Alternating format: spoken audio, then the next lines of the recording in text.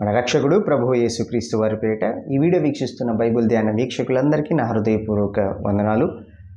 దేవుని చిత్తంలో ప్రార్థన. దేవుని చిత్తంలో ప్రార్థన ఎట్లా చేయాలి, దేవుడి చిత్తం మనం ఎట్లా తెలుసుకుంటాము అనే ఈ యొక్క అంశాన్ని మనం ఈ వీడియోలో ధ్యానం చేద్దాం. ఇంతకుముందు వీడియోలో నిర్గమాకాండం 2వ అధ్యాయాన్ని మనం ధ్యానం చేసాం. అక్కడ మనకి ఆమ్రాము, యోకేబేదు అనే మోషే తల్లిదండ్రులు వారి యొక్క పాత్ర వారు ఏ విధంగా చక్కగా నెరవేర్చారు అనేది మనము కొద్దిగా ధ్యానం చేయటం జరిగింది. ఇప్పుడు 1వ సమూయేలు గ్రంథం 1వ అధ్యాయంలో హన్న అనే ఒక ఆవిడ ఉంటుంది. ఆవిడ్ని తర్వాత వీరిని తల్లిదండ్రులుగా వారు ఏం చేశారు, వాళ్ళ బిడ్డల కోసం దేవుళ్ళో ఫలించటానికి, చిత్తం తెలుసుకున్న తర్వాత రూఢీపరచడానికి, మొక్కుబడి చెల్లించడానికి, ఇట్లాంటి అంశాలన్నీ మనం ఈ వీడియోలో ధ్యానం చేద్దాం. అంటే తల్లిదండ్రుల యొక్క పాత్ర వారి యొక్క పిల్లల విషయంలో. 1వ యోహాను పత్రిక 5వ అధ్యాయం 14వ వచనంలో ఆయన వల్ల మనకు కలిగే ధైర్యం ఏమిటంటే ఆయన చిత్తంలో మనం ఏదడిగినా మన మనవి ఆయన ఆలకిస్తాడు అని. మరి ఇప్పుడు దేవుడు మన మనవి ఆలకించటంలో లేటు జరుగుతుంది అని మనం అనుకుంటాం, లేకపోతే ఏళ్ల తరబడి ప్రార్థన చేస్తే దేవుడు వింటాడు అని మనం అనుకుంటాం. అదే కొంచెం ఆచరణలకు కూడా, అంటే ఏళ్ల తరబడి ప్రార్థన అనేది విసికించి దేవుడు అనుగ్రహిస్తాడు అనేది కాదు. ఆయన చిత్తంలో మనం అడగట్లేదని మొదటిగా మనం గమనించాలి. అదే ఇక్కడ మనకి కొంత తేట తెలియమవుతుంది. 1వ సమూయేలు గ్రంథము 1వ అధ్యాయంలో రాయబడిన మాట ఏంటంటే ఎల్కానా, హన్నా, పెనిన్నా. ఈ ఎల్కానాకి 2 భార్యలుగా, ఒక భార్య అన్న, మరొక భార్య పెనిన్నా. ఈ హన్నాకి పిల్లలు లేకుండా ఉంటారు. అయితే వీరు ఏటేటా దేవుడి మందిరంలోకి వెళ్తారు. అక్కడ ఏటేటా అనే మాట ఈ యొక్క 1వ అధ్యాయంలో రాయబడింది. 1వ సమూయేలు గ్రంథం 1వ అధ్యాయంలో రాయబడింది. అయితే వీళ్ళు ఏటేటా ప్రార్థనకి వెళ్ళినప్పుడు, అంటే దేవుని యొక్క సన్నిధానంలో మొక్కుబడులు చెల్లించడానికి, బలి అర్పించడానికి వెళ్ళినప్పుడు, అది మీకు 3వ వచన భాగంలో ఉంటుంది. మరి హన్న పిల్లలు లేకుండా ఉంది కదా, పిల్లలు లేకుండా ఉన్న ఈ హన్న ఏం ప్రార్థన చేస్తుంది? పిల్లలు కావాలని ప్రార్థన చేస్తుంది. ఏటేటా అంటే 1 సంవత్సరాలు, 2 సంవత్సరాలు, 3 సంవత్సరాలు మనం అనుకుందాం. అక్కడ స్పష్టంగా అయితే అక్కడ అట్లా లేదు, ఇట్లా అనుకుందాం. ఏటేటా కాబట్టి 2-3 సంవత్సరాలు, అంటే 2-3 సంవత్సరాలు ఆమె ప్రార్థన చేసినా సరే దేవుడు విసిగించేడా అని మనం అనుకోవచ్చా? మనకు కనపడేది అంతే కదా. కానీ ఇక్కడ ఇందాక 1వ యోహాను పత్రిక 5వ అధ్యాయం 14వ వచన భాగంలో ఆయన చిత్తంలో అడిగితే అది వెంటనే స్పాట్లో గ్రాంట్ అవుతుంది. ఇంకా దాంట్లో ఎటువంటి డిలే, అంటే ఆలస్యం అనేది లేదు అని మనం అర్థం చేసుకోవచ్చు. ఎందుకు అంటే ఇప్పుడు మందిరం పరిస్థితి గురించి 2 నిమిషాలు నేను చెప్తాను. మందిరం పరిస్థితి అంటే ఈ 1వ సమూయేలు గ్రంథం 1వ అధ్యాయము కనుక మీరు క్షుణ్ణంగా చదివితే, అప్పుడు ఏలి అనే ఒక యాజకుడు ఉంటారు. ఏలి అంటే యాజకుడు, అంటే ఇప్పుడు మన భాషలో చెప్పాలంటే పాస్టర్ గారు. వాళ్ళిద్దరు పిల్లలు హోఫ్ని, ఫినెహాసు. వీరు చాలా దరిద్ర పనులు చేస్తూ దేవుడికి కోపం తెప్పించి ఇక వీరిని చంపేద్దాము, వీరిని నశింపచేసే టైం అన్నమాట అది. ఆ తర్వాత మరి వాళ్ళిద్దరు పిల్లలు చనిపోయిన తర్వాత ఏలి కూడా వృద్ధుడు, తను కూడా చనిపోతాడు. మరి మందిరంలో ఒక వ్యక్తి కావాలి. దేవుడు ఈ హన్నాకి అవకాశం ఇచ్చాడు. హన్నాకి ఎట్లాగ అవకాశం ఇచ్చారో ఇప్పుడు మనం అది క్షుణ్ణంగా గమనించాలి. కీడు మేలు కోసమే అన్నట్టుగా యెహోవా ఆమెకు సంతు లేకుండా చేశాను. మొదటి పాయింట్గా యెహోవా ఆమెకు సంతు లేకుండా చేశాను. గమనించండి, దేవుని చిత్తంలో ప్రార్థన మనం ఎట్ట చేయాలి, ఆయన చిత్తం మనం ఎట్ట తెలుసుకుంటాం అంటే దేవుడు రకరకాల మన చిత్తం బలంగా ఉన్నప్పుడు ఇక దేవుడి చిత్తం అనేది మనం పక్కకు తోసేస్తాం. ఇక్కడ నాకు పిల్లలు కావాలని ఆమె ప్రార్థన చేస్తూ ఉంది. ఇప్పుడు మందిర పరిస్థితి ఎట్లా ఉంది అన్నప్పుడు ఒక వ్యక్తి కావాలి మందిరంలో, దేవుడు ఏర్పాటు చేసుకున్న వ్యక్తి ఈవిడి ద్వారా రావాలని దేవుడు ఆకాంక్షించి అంత గొప్ప ప్రణాళిక కలిగి ఉన్నప్పుడు అది ఆవిడకి అర్థం కావట్లేదు. అందుకని తనకి మరొక ఎవరైతే తన భర్తకి మరొక భార్య ఉన్నదో ఆమె పెనిన్నా ద్వారా కూడా దేవుడు అంటే ఆమె రోజు విసిగిస్తూ ఉంటా ఉన్నది, మందిరంకి వెళ్ళే ప్రతిసారి విసిగిస్తూ ఉంటా ఉన్నది ఈ యొక్క పెనిన్న. ఇంకా పిల్లలు లేరు కాబట్టి. అప్పుడు తను సరిగ్గా అర్థం చేసుకొని పక్షంలో ఉండొచ్చు. 1 సంవత్సరం అర్థం చేసుకుంది. ఆ సంవత్సరము ఎప్పుడైతే అర్థం చేసుకుందో దేవుడి చిత్తంలో ప్రార్థించడం మొదలుపెట్టింది. అంటే ప్రభువా అని 11వ వచన భాగంలో 1వ అధ్యాయం 11లో ఏమంటదంటే, నాకు మగపిల్లని దయచే, వాని తల మీదకి క్షౌరపు కత్తి ఎన్నటికీ రానియక వాడు బ్రతుకు దినములన్నిటి నేను వానిని యెహోవానగు నీకు అప్పగింతునని మొక్కుబడి చేసుకునేను. ఇప్పుడు ఎప్పుడైతే ఈ మొక్కుబడి తను చేసుకుందో, మరి దేవుడి యొక్క చిత్తం కూడా అదే కదా, వెంటనే ఆవిడ మరి గర్భవతి అవటం అనేది చూస్తాం. అంటే అంతకుముందు ఎన్ని సంవత్సరాలు పట్టిందో, ఎన్ని సంవత్సరాలు మరి వారు ఆ విధంగా రావటము, హన్న భయంకరంగా అసలుకి అట్లా ప్రార్థించడం, వెళ్ళటం జరిగిందో. ఇప్పుడు దేవుడే విసిగిచ్చలేదు కదా. ఇప్పుడు ఇక్కడ మనం ఆగి ఆలోచించాల్సిన విషయం ఏంటంటే, ఆయన చిత్తంలో మనం చేయకుండా ఉన్నంతసేపు ఒకవేళ ఆయన చిత్తంలో లేనిది మనకు దొరికినా సరే అది మనకు ప్రమాదమైంది, మేలవుది. ఎప్పుడు కూడా అది ప్రమాదమైంది. మొత్తానికి ఆవిడైతే నాకు కలగజేస్తే ప్రభువా నేను మీకు ఇస్తాను, అర్పిస్తాను అని దేవుని చిత్తంలో ఆవిడ మొక్కుకోవటం జరిగింది. ఎప్పుడైతే అది జరిగిందో మనం ఇందాకేమనుకున్నాం, గొప్ప ధైర్యంతో ఆవిడ వెళ్ళటం జరిగింది. గర్భవతి అవగానే ఎంత గొప్ప ధైర్యం వస్తుంది. ఎందుకు?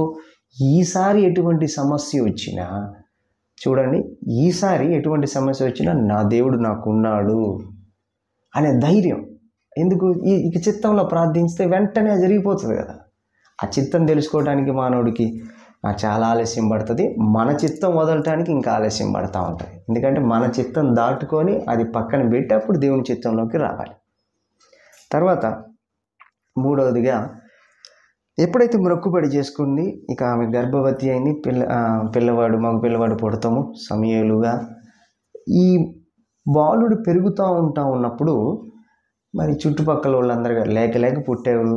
తర్వాత కుటుంబ పరిస్థితులు కూడా చూసుకోవాలి కదా. మరి ఒకవేళ తన భర్త వద్దులే దేవునికి, మరి ఎట్లా అంటే ఈ పరిస్థితులన్నీ, వాళ్ళ అమ్మ ఏమంటుంది, వాళ్ళ అత్త ఏమంటారు, వాళ్ళ ఊరోళ్ళు ఏమంటారు, లేక పుట్టారు, అందంగా పుట్టారు, నువ్వెందుకు ఇట్లాగా అని చెప్పేసి, ఒకవేళ ఇటువంటి పరిస్థితులన్నీ తాడుకొని నిలబడాలి అదొకటైతే, సమూయేలు ఎక్కడ పెరగాలి? ఇప్పుడు దేవుని మందిరంలో పెరగాలి. అయ్యా నువ్వు జాగ్రత్తగా ఉండు, అక్కడ ఇసుకించబాక, పాస్టర్ గారి మాటిను, నువ్వు బయటికి రావాక, దేవుడికి విధేయతగా ఉండాలి. ఇదిగో నువ్వు నిబంధనతో ఇట్లా పుట్టావు, నిన్ను మొక్కుబడి చేసుకున్నాను, ప్రతిష్ఠించాను అని ఆ చిన్న బిడ్డకి ఎంత చెప్తే అర్థమవుతుంది? మనం ఆలోచన చేయాలి. ఎంత చెప్తే అర్థమవుతుంది? ఇది 2వ పరిస్థితి. 2వ వచ్చిన భాగంలో వాడు యెహోవా సన్నిధిని అడుగుపెట్టి తిరిగి రాక అనే వచ్చిన మాట ఉంటుంది. అంటే ఏంటంటే షీ కమిటెడ్. అసలు మొక్కుబడి చెల్లించటము, మొక్కుబడి తీసుకోవటం కాదు, మొక్కుబడి చెల్లించటము అనేది గొప్ప విషయం. బాలుడు నడవలసిన త్రోవలు ఈ హన్న నేర్పింది. ప్రాకారం వంటి ప్రార్థన ఆ బిడ్డ చుట్టూ ఉంటా ఉన్నది. దాంట్లో ఎటువంటి అనుమానం అయితే లేదు. ఆ తర్వాత ఇక 28వ వచ్చిన భాగం, ఇదే 1వ సమూయేలు గ్రంథం 28వ వచ్చిన భాగంలో ఇక ఆ బిడ్డకి టైం రాగానే, పాలు మరవగానే ఆ బిడ్డని తీసుకొని వచ్చి యెహోవాకి ప్రతిష్ఠించటం జరుగుతుంది. తాను బ్రతుకు దినములన్నిటిని వాడు యెహోవాకు ప్రతిష్ఠుడని చెప్పాను. కనుక ఇంత గొప్ప ఆధిక్యత తన యొక్క, అంటే ఎందుకు ఆధిక్యత అనే మాట నేను వాడాను అంటే, సమూయేలు ఇజ్రాయేలీలకి యాజకుడిగా ఉన్నాడు. అది మనకు 1వ సమూయేలు 2:18 వచ్చిన భాగము. 1వ సమూయేలు గ్రంథము 2:18 వచ్చిన భాగంలో తను యాజకుడిగా ఉన్నాడు. తర్వాత ప్రవక్తగా ఉన్నాడు. 3:20లో చూస్తాము, తను ప్రవక్తగా ఉన్నాడు. న్యాయాధిపతిగా ఉన్నాడు 7:15. ఎంత గొప్ప భాగ్యము, ఏమి చిత్తము. అసలుకి ఒక బిడ్డ దేవుని యొక్క మందిరంలో, దేవుని యొక్క ఆధీనంలో పెరిగితే ఇంత గొప్పవాడు అవుతాడు. మరి ఆవిడ ఇట్లా అనుకుందాం మనం, ఆవిడ దేవుని యొక్క సన్నిధానంలో ఆ బిడ్డని అర్పించకుండా, నా వల్ల కాదులే నాయన, నేను వదలలేకపోతున్నాను తీసుకెళ్ళిపోయింది అనుకోండి, దేవుడు మరొకరికి అవకాశం ఇచ్చేవాడు. ప్రార్థన ద్వారా దేవుని చిత్తంలో కనిపెట్టి ఇక దేవుడి కోసం పెంచిన వారు ఇంతే ఘనత పొందుతారు. దానిలో ఎటువంటి అనుమానం అయితే లేదు. ఒక బిడ్డ యాజకుడు, ప్రవక్త, న్యాయాధిపతి అన్నప్పుడు అది ప్రాకారం గల ఒక హన్న ప్రార్థన, తన యొక్క తల్లి ప్రార్థన అనేది అంత కీలకంగా మారింది. అదేవిధంగా ఇప్పుడు మనం ఆమ్రాము యోకేబేదు గురించి నిర్గమకాండం 2వ అధ్యాయం మనం ఆల్రెడీ ధ్యానం చేసాం. మరలా ఇక్కడ మరొక పోలికని, అంటే ఇక్కడ ఈవిడ హన్నా ఏం చేసింది, ఇక్కడ వీళ్ళు కూడా సేమ్ అదేగా చేస్తూ ఉంటా ఉంటే, అంటే వీరికి దేవుడు ఏ విధంగా తన యొక్క చిత్తాన్ని తెలియజేశాడు, వీళ్ళు ఎట్లా తెలుసుకున్నారు మనం చూద్దాం. ఇప్పుడు మరి నిర్గమకాండం 2వ అధ్యాయం 2వ వచనంలో, బిడ్డ ఆ రోజుల్లో ఐగుప్తు యొక్క పరిస్థితులు చాలా తీవ్రంగా ఉన్నాయని మనము ఇంతకుముందు వీడియోలో చెప్పుకున్నాం. అది చూడనట్లయితే మీరు ఈ ఛానల్లోకి వెళ్ళి దయచేసి పాఠంగా, అంటే ఒక లెసన్ వారీగా నేను ఇస్తున్నాను కనుక దయచేసి క్షుణ్ణంగా చూసి మీరు కూడా ఈ విధంగా రాయండి. తర్వాత దేవుని ఎదుట, దేవుని సన్నిధానంలో టైం స్పెండ్ చేయండి. అప్పుడు నన్ను గణపరచు వారిని దేవుడు గణపరుస్తారని సెలవిస్తూ ఉంటున్నాడు. అప్పుడు ప్రత్యేకంగా దేవుడు మీకు ఆలోచన విధానం ద్వారా తాను మాట్లాడటం జరుగుతుంది. అయితే ఆమ్రాము యోకేబేదు ఐగుప్తు నెలకొన్న పరిస్థితుల్లో దేవుడు వారికి ఎట్లా తెలియజేశారు, ఎట్లా ఇచ్చారు అంటే ఆలోచన, ఆ బిడ్డ చాలా సుందరుడిగా ఉంటా ఉన్నాడు. ఒకవేళ సుందరుడిగా లేకపోతే పరిస్థితి, వారు మిగతా వారు చంపినట్టుగా చంపుకోవడానికి ఇష్టపడేవాళ్ళేమో. ఎప్పుడైతే సుందరుడిగా చూచి ఉండుట అన్న మాట ఉందో వాళ్ళకి ఒక ఆలోచన వచ్చింది. ఇది అంటే దేవుడు తన ప్రజలను విడిపించటానికి ఒక బిడ్డను కోరుకుంటున్నారు. అది మీ ఇంట్లో బిడ్డ కావచ్చు, మీరే కావచ్చు. దానికి మరి ఆ యొక్క తల్లిదండ్రుల సహకారం ఉండాలి. వారు ఇష్టపడతారా లేదా, వాళ్ళు అడిగేస్తారా లేదా, ప్రాణాన్ని తెగించి ప్రార్థన చేస్తారా, లేకపోతే ఎట్లాగా లోక ఆశల్ని దూరంగా చేస్తారా, ఇవన్నీ కూడా నిర్ణయం మీద ఆధారపడి ఉంటాయి. అదేవిధంగా ఆ సుందరుడై ఉండట చూసి వారికి ఒక ఆలోచన దేవుడు పుట్టించారు. అదేంటంటే దాచిపెట్టాలి. వెంటనే ఆ నిర్ణయానికి తొలగారు. అక్కడ ఏదైనా జరగవచ్చు, సాతాను కూడా మాట్లాడవచ్చు, దాచిపెట్టారా మిమ్మల్ని కూడా చంపేస్తారు అని చెప్పేసి. కాబట్టి ఆ నిర్ణయానికి వాళ్ళు కట్టుబడి 2వ అధ్యాయం 2వ వచన భాగంలో నిర్ణయం ఎప్పుడైతే తీసుకున్నారో, మరి దేవుడి యొక్క సహాయత, ఇప్పుడు ఒక చిన్న బిడ్డని పాలు మరిచే వరకు, అంటే పాలు తాగుతున్న బిడ్డ ఏడవకుండా చేయటం అనేది చాలా కష్టం.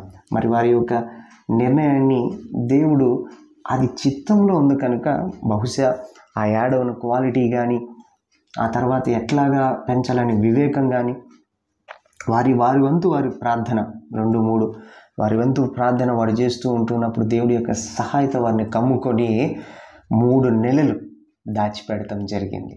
మనకెందుకు వచ్చింది లేదు గోళ అని చెప్పేసి 1వ రోజు, 2వ రోజు, 3వ రోజు, 4వ రోజు వారికి ఎప్పుడన్నా అనిపించుండొచ్చు. కానీ ప్రార్థనా శక్తి ద్వారా దేవుడు వారికి మేలు చేయటం, ప్రార్థన సహాయత దేవుడి దగ్గర కోరుకున్నప్పుడు దేవుడు మేలు చేయటం అనేది మనం చాలా స్పష్టంగా అక్కడ చూడవచ్చు. ఎందుకంటే మానవుడు ఆ యొక్క చిన్న బిడ్డని ఏడవకుండా చేయటం కుదరదు.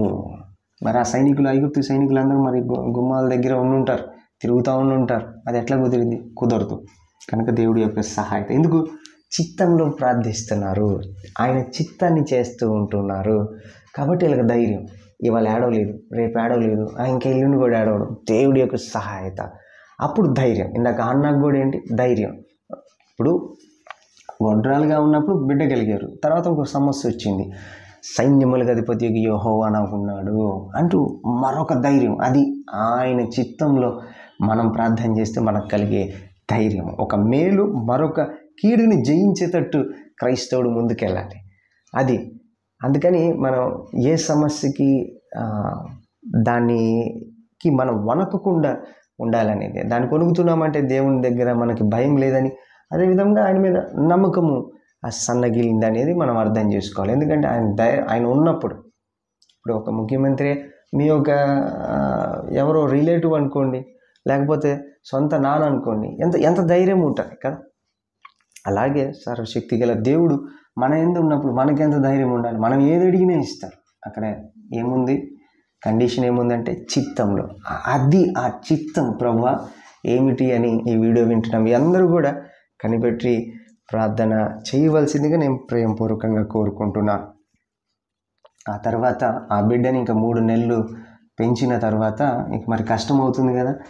వారి యొక్క ఇంట్లో ఉన్న చిన్న బిడ్డకు కూడా ఆ అక్క, వాళ్ళ యొక్క అక్క, మోషే వాళ్ళ అక్క ఎవరైతే మిరియాము ఉందో తనకు కూడా ట్రైనింగ్ ఇస్తున్నారు. ఈ బిడ్డ ఎక్కడికి అంటే చెప్పిన మాట వింటుంది అంటే వీళ్ళ ప్రిపరేషను, ఆ తల్లిదండ్రుల ప్రిపరేషన్ అలా పిల్లల మీద మధ్య ఏ విధంగా ఉందో మీరు గమనించండి. ఇందాక మరి సమూయేలు కూడా నువ్వు ఆ మాట వినాలి, ఈ మాట వినాలి, అక్కడ రాకూడదు, మరి ఎన్ని చెప్పు ఉంటుంది. బాలు నడవలసిన త్రోవలు ఎన్ని నేర్పు ఉంటుంది. అది మనము చేస్తే గనక పరిస్థితి ఫలింపుగానే ఉంటుంది. లేకపోతే గనక అది చేస్తే దేవుని సన్నిధానంలో దేవుని చేతిలో వాడబడతారు, లేకపోతే సాతాను చేతిలో విస్తారంగా వాడబడతారు. అది విస్తారంగా వాడబడతారు. ఆ తర్వాత ఇక ఆ బిడ్డే మోషేగా గొప్ప నాయకుడిగా ఇజ్రాయిల్ అందరిను, అంటే అక్కడ మనకి నిర్గమకాండంలో మనం రాబోయే రోజుల్లో ధ్యానం చేస్తాము. 6 కాల్బలము 6 లక్షల పురుషులు అని ఉంటుంది. మరి స్త్రీలు వారి బిడ్డలు ఇట్లన్నీ వేసుకుంటే మనం ఒక 18 లక్షలు అనుకో. ఒక నాయకుడిగా దేవుడు తీర్చిదిద్దిన విధానము అసలుకి మరి తన యొక్క పుట్టుకలో మరి వాళ్ళ యొక్క తల్లిదండ్రుల పాత్ర మనం అర్థం చేసుకోవాలి. మిగతాదంతా మనం ఏం చేయక్కర్లా. 3 నెలలు దాచిపెట్టారు కదా, వాళ్ళ కాదు, అది దేవుడికి తెలుసు. మనం చేయగలిగింది మాత్రమే, మిగతాది మనం వల్ల కాదు. కనుక చేయగలిగింది కూడా మనం దేవా నువ్వే చూసుకో అంటే కనుక అట్లా కాదు. మన ప్రయత్నం దేవుడు చూస్తాడు. వీరు ప్రయత్నించారు. అన్న ఇవ్వకుండా వెళ్ళిపోతే వేరే వాళ్ళకి అవకాశం వచ్చేది. లేదు ప్రభా ఈ రిస్క్ తీసుకోమంటే వేరే వాళ్ళకి అవకాశం వచ్చేది. కనుక ప్రతి ఒక్కరు మన చిత్తంలో ఉంటాం. వారి వారి పాత్ర నెరవేర్చినప్పుడు ఫలింపు మనం చూస్తాం. గొప్ప నాయకుడిగా ఎంత గొప్ప సాక్ష్యం అంటే మనకు నా ఇళ్ళంతటిలో నమ్మకమైన వాడు అని సంఖ్యాకాండం 12వ అధ్యాయము 7-8 వచ్చిన భాగాలు. ఎవరు సాక్ష్యం ఇస్తున్నారో తెలుసా? డైరెక్ట్గా దేవాతి దేవుడు మోషే విషయంలో సాక్ష్యం ఇస్తున్నారు. ఇక్కడైతే గనక మరి సమూయేలు యాజకుడు, ప్రవక్త, న్యాయాధిపతి. కనుక వారు హన్నా, ఆమ్రాము, యోకెబెదు తల్లిదండ్రుల పాత్ర వాళ్ళు ఎంత చక్కగా నెరవేర్చారు. వారి యొక్క బిడ్డల కోసము ప్రార్థన చేశారు, దేవుడికి అర్పించారు. అట్టి గొప్ప కృప, ప్రార్థించే కృప, అదేవిధంగా మనము ఆయన చిత్తంలో పనిచేయాలని, మన బిడ్డలు ఆయన ఒక రాజ్యవ్యాప్తిలో విరివిరిగా వాడబడాలనే ఆకాంక్షతో మనం ఏం చేయాలో అది తప్పకుండా విడువక చేయలాగున అటు గొప్ప మనసు పరిశుద్ధాత్మ దేవుడు మనందరికీ దయచేసి నడిపించునుగాక. ఆమేన్.